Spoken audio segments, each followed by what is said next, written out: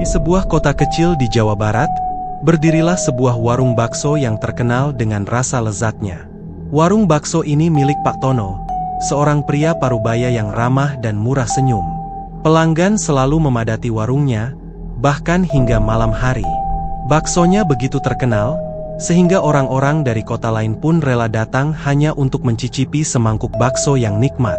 Namun, di balik kelezatan bakso itu, tersimpan rahasia yang kelam dan menyeramkan. Pak Tono awalnya hanyalah seorang penjual bakso biasa. Warungnya sepi, dan ia sering kesulitan memenuhi kebutuhan sehari-hari. Suatu hari, seorang pria tua dengan penampilan aneh datang ke warungnya. Pria itu tampak seperti dukun, dengan jubah hitam panjang dan tatapan mata yang tajam. "Pak Tono," kata pria itu dengan suara serak, "aku tahu kau ingin warungmu sukses. Aku bisa membantumu." Pak Tono terkejut dan penasaran. "Bagaimana caranya, Pak? Aku sudah mencoba berbagai cara, tapi tetap saja sepi." Pria tua itu tersenyum tipis. "Ada cara yang lebih cepat dan efektif. Kau hanya perlu melakukan sebuah ritual kecil." Pak Tono merasa ragu, tapi akhirnya setuju setelah pria itu menjelaskan lebih lanjut. Mereka bertemu di sebuah tempat terpencil di pinggiran kota pada malam hari. Pria tua itu membawa berbagai peralatan ritual dan meminta Pak Tono melakukan beberapa hal aneh, termasuk membaca mantra dan menyebarkan kemenyan di sekitar warungnya. "Aku memberimu penglaris," kata pria tua itu. "Tapi ingat, ada syaratnya. Kau harus menyediakan tempat untuknya di warungmu, dan jangan pernah mengusiknya." Pak Tono setuju tanpa banyak bertanya. Dan sejak saat itu, warung baksonya mulai ramai. Pelanggan berdatangan dari berbagai tempat, dan kelezatan bakso Pak Tono menjadi bahan perbincangan di mana-mana. Suatu malam, saat warung Pak Tono sedang ramai, seorang pria muda bernama Andi datang bersama pacarnya, Rina. Mereka mendengar tentang kelezatan bakso di warung itu dan memutuskan untuk mencobanya. Setelah memesan, mereka duduk di salah satu meja yang agak jauh dari keramaian. Saat sedang menikmati bakso mereka, Andi merasa ada yang aneh. Ia melihat bayangan putih di sudut ruangan, dekat dengan dapur. Bayangan itu tampak seperti sosok manusia yang berdiri kaku. "Rina, kamu lihat itu?" tanya Andi sambil menunjuk ke arah bayangan. Rina menoleh, namun tidak melihat apa-apa. "Apa maksudmu?" "Aku tidak melihat apa-apa, Andi." Andi mengerutkan kening, merasa ada yang tidak beres. "Mungkin cuma perasaanku saja." Mereka melanjutkan makan, namun Andi tidak bisa menghilangkan rasa tidak nyaman. Ia merasa terus diawasi oleh sesuatu yang tidak terlihat oleh orang lain. Setelah selesai makan, mereka membayar dan meninggalkan warung dengan perasaan campur aduk. Beberapa hari kemudian, Andi kembali ke warung bakso itu, kali ini sendirian. Ia memutuskan untuk menyelidiki lebih jauh tentang apa yang dilihatnya malam itu. Setelah memesan bakso, ia mulai mengamati warung dengan lebih seksama. Saat warung mulai sepi, Andi melihat Pak Tono membawa sebuah mangkuk besar ke dapur. Penasaran, Andi memutuskan untuk mengintip dari balik tirai dapur. Ayar bahwa warung ini menggunakan penglaris dari dunia gaib. Tanpa berpikir panjang, Andi segera keluar dari warung dan berlari pulang. Di rumah, Andi menceritakan semuanya kepada Rina. Mereka berdua memutuskan untuk mencari tahu lebih lanjut tentang penglaris pocong ini. Mereka mengunjungi seorang paranormal yang terkenal di kota mereka, Bu Sri. Setelah mendengar cerita Andi, Bu Sri menghela napas panjang. Penglaris pocong adalah salah satu yang paling berbahaya. Pocong itu adalah arwah yang terikat pada dunia ini karena belum mendapat ketenangan. Jika tidak diberi makan atau terganggu, arwah itu bisa menjadi sangat marah dan membahayakan siapa saja yang ada di sekitarnya. Andi dan Rina merasa takut namun juga semakin penasaran. "Apa yang harus kami lakukan, Bu? Kami tidak bisa membiarkan hal ini terus terjadi," kata Andi. Bu Sri berpikir sejenak.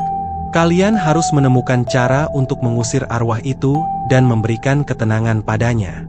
Ini tidak akan mudah, tapi kita harus mencobanya." Malam itu, Andi dan Rina kembali ke warung bakso Pak Tono dengan membawa peralatan yang diberikan oleh Bu Sri. Mereka menunggu sampai warung sepi, lalu mendekati Pak Tono yang sedang bersiap menutup warung. "Pak Tono, kami tahu tentang penglaris pocong itu," kata Andi dengan suara tegas. "Kami ingin membantu mengusirnya." Pak Tono terkejut dan wajahnya pucat. "Kalian tidak tahu apa yang kalian hadapi. Pocong itu sangat berbahaya. Aku hanya ingin warungku sukses, tapi sekarang aku menyesal." Andi mengangguk. "Kami akan membantu. Tolong biarkan kami mencoba." Pak Tono akhirnya setuju dan membawa mereka ke dapur. Di sana, mereka melihat pocong yang duduk di sudut ruangan, dengan mata yang kosong dan wajah yang mengerikan. Bu Sri memberikan mereka beberapa mantra dan kemenyan untuk digunakan dalam ritual. Mereka mulai membaca mantra dengan suara gemetar, menyebarkan kemenyan di sekitar ruangan. Pocong itu mulai bergerak dan mengeluarkan suara mengerikan. Cahaya lampu di dapur berkedip-kedip, dan udara menjadi dingin. Tiba-tiba, pocong itu melompat ke arah mereka dengan kecepatan luar biasa. Andi dan Rina terjatuh ke lantai, sementara Pak Tono berusaha melawan ketakutan yang melumpuhkannya. Bu Sri terus membaca mantra dengan suara yang semakin keras. Akhirnya, setelah beberapa menit yang terasa seperti seumur hidup, pocong itu berhenti bergerak dan menghilang dalam sekejap. Suasana dapur kembali tenang, dan udara terasa lebih hangat. Arwah itu sudah pergi. Tapi kita harus memastikan bahwa tempat ini tetap bersih dari energi negatif. Aku akan memberikan beberapa benda pelindung untuk kalian. Setelah kejadian malam itu, warung bakso Pak Tono mulai kembali normal. Meskipun tidak seramai dulu, Pak Tono merasa lebih tenang dan bersyukur. Ia berjanji untuk tidak lagi menggunakan cara-cara gaib untuk mendapatkan keuntungan. Andi dan Rina merasa lega telah membantu mengusir pocong itu. Mereka belajar bahwa keserakahan dan keinginan untuk sukses dengan cepat bisa membawa bencana. Mereka juga merasa lebih dekat dengan dunia gaib dan menghormati kekuatan-kekuatan yang ada di luar kendali manusia. Pak Tono, dengan bantuan Bu Sri, membersihkan warungnya secara spiritual dan meletakkan benda-benda pelindung di setiap sudut. Ia juga mulai mengadakan doa bersama dengan keluarganya untuk memohon perlindungan dan keberkahan. Meskipun warung bakso Pak Tono kembali normal, cerita tentang penglaris pocong itu tetap menjadi bahan perbincangan di kota kecil itu. Banyak pelanggan yang setia tetap datang, meskipun ada juga yang memilih untuk tidak lagi makan di sana karena takut. Pak Tono menghabiskan sisa hidupnya dengan penuh penyesalan namun juga kebijaksanaan. Ia menjadi lebih religius dan sering membantu orang-orang yang membutuhkan. Kejadian itu mengajarkan bahwa kekayaan dan kesuksesan tidak bisa dicapai dengan cara-cara yang melibatkan dunia gaib. Namun, di suatu malam yang kelam, seorang pelanggan yang tidak percaya pada cerita-cerita horor itu datang ke warung bakso Pak Tono. Dia adalah seorang pria muda yang sombong dan skeptis, tidak percaya pada hal-hal mistis. Dia tertawa mendengar cerita tentang pocong dan menganggapnya sebagai tahayul belaka. Saat malam semakin larut, pria muda itu merasa ada yang aneh. Suara langkah kaki kecil terdengar di belakangnya, dan bayangan putih melintas di sudut matanya. Ia menoleh, namun tidak melihat apa-apa. Pria muda itu mengabaikannya dan melanjutkan makan. Namun, saat ia hendak pergi, ia merasakan tangan dingin menyentuh pundaknya. Ia berbalik dengan cepat dan melihat sosok pocong berdiri di hadapannya, dengan mata merah menyala dan wajah yang penuh dendam. Pria muda itu berteriak dan lari keluar dari warung, meninggalkan makanannya yang belum selesai. Ia terus berlari hingga kakinya lemas dan tubuhnya terjatuh ke tanah. Sesampainya di rumah, ia terengah-engah dan berkeringat dingin.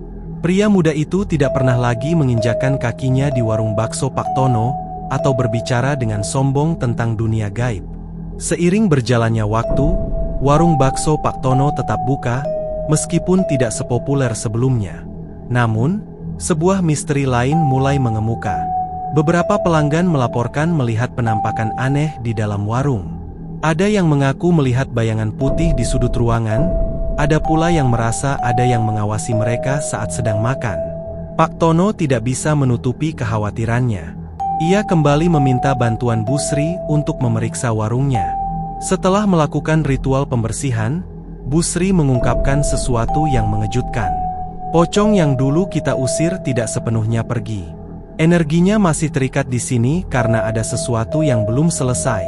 Kita harus mencari tahu apa yang menyebabkan arwah itu tetap berada di warung ini. Pak Tono merasa bingung. Tapi kita sudah melakukan semua yang Anda minta. Apalagi yang harus kita lakukan? Kita perlu mencari tahu lebih dalam tentang asal-usul pocong itu. Mungkin ada petunjuk di tempat asalnya. Dengan bantuan Bu Sri, Pak Tono dan Andi memulai penyelidikan tentang asal-usul pocong tersebut. Mereka menemukan bahwa pocong itu adalah arwah seorang wanita muda bernama Siti yang dibunuh secara tragis puluhan tahun lalu. Siti adalah anak seorang dukun yang terkenal jahat di desa sebelah. Ia dibunuh dalam sebuah ritual mengerikan yang dilakukan oleh ayahnya sendiri untuk mendapatkan kekuatan gaib. Arwah Siti tidak pernah tenang karena kematian yang tragis dan penuh ketidakadilan. Ia terikat pada warung bakso Pak Tono karena energi negatif yang digunakan dalam penglaris telah menariknya. Pak Tono merasa bersalah dan bertekad untuk memberikan ketenangan pada arwah Siti. Dengan bantuan Bu Sri, mereka mempersiapkan sebuah ritual besar untuk memutus ikatan arwah Siti dari dunia ini dan memberikannya kedamaian. Malam itu, di tengah hutan yang sepi, Pak Tono, Andi, Rina, dan Bu Sri mengadakan ritual untuk membebaskan arwah Siti. Mereka membawa barang-barang yang pernah dimiliki Siti, termasuk baju dan perhiasan yang ditemukan di rumah lamanya. Dengan nyala lilin dan kemenyan, mereka mulai membaca mantra dan berdoa. Suasana hutan terasa mencekam, dengan angin yang berhembus kencang dan suara-suara aneh yang terdengar dari kejauhan. Tiba-tiba, sosok pocong Siti muncul di hadapan mereka. Wajahnya penuh kesedihan dan mata merahnya menatap mereka dengan intens. Pak Tono merasa merinding, namun ia tahu bahwa ini adalah saat yang tepat untuk memberikan kedamaian pada arwah tersebut. "Maafkan aku, Siti," kata Pak Tono dengan suara bergetar. "Aku tidak tahu bahwa penglaris itu akan membawamu ke sini. Aku ingin membantu memberikanmu ketenangan." Bu Sri melanjutkan ritual dengan suara mantra yang semakin keras. Cahaya dari lilin dan kemenyan semakin terang, dan sosok pocong Siti perlahan-lahan mulai memudar. Saat pocong itu menghilang, terdengar suara lembut yang seolah-olah datang dari jauh. "Terima kasih. Aku akhirnya bisa pergi dengan tenang." Setelah ritual selesai, kehidupan Pak Tono kembali normal. Warung baksonya mulai ramai lagi, namun kali ini tanpa adanya gangguan dari dunia gaib. Pak Tono merasa lega dan bersyukur atas bantuan Bu Sri, Andi, dan Rina. Ia juga belajar banyak dari pengalaman tersebut. Pak Tono lebih berhati-hati dalam menjalani hidup dan tidak lagi mencari jalan pintas untuk mendapatkan keuntungan. Ia menjalankan warungnya dengan jujur dan bekerja keras, dan itu membuatnya merasa lebih bahagia dan puas.